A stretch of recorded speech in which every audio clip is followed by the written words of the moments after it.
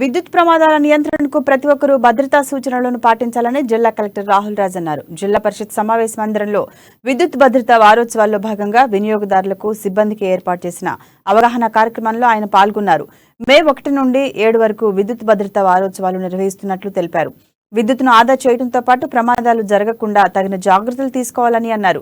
ముఖ్యంగా రైతులకు సంబంధించి ఎలాంటి సమస్య వచ్చినా వెంటనే విద్యుత్ అధికారులకి, సిబ్బందికి సమాచారం అందించాలని అన్నారు.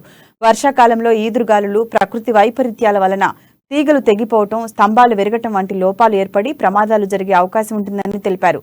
జిల్లాలో 600 గిరిజన ఆవాసాలతో 3 ఫేజ్ విద్యుత్ సరఫరా చేశామని తెలిపారు.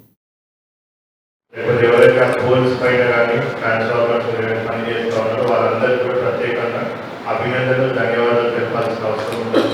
ఎందుకంటే వాళ్ళు చేస్తున్న నిరంతర కృషి ఏదైతే మనం ఇప్పుడు తెలంగాణ ప్రభుత్వం ప్రతిష్టాత్మకంగా మనం 24/7 అన్ఇంటరప్టెడ్ పవర్ సప్లై ఇస్తా ఉన్నాం.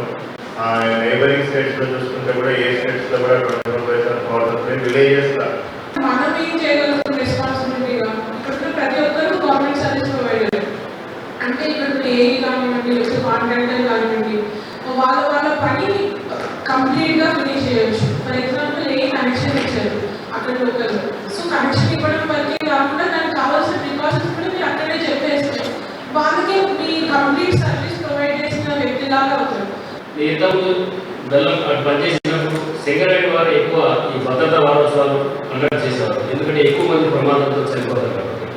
దాని తర్వాత ఆర్టీసీ డిపార్ట్మెంట్ కూడా చేస్తారు ఈ భద్రతా వారోత్సవాలు జరిపేవారు. తర్వాత నేనైతే ఫస్ట్ టైం మీరు చేసే ముందు సరే నేను చూసింది ఫస్ట్ టైం.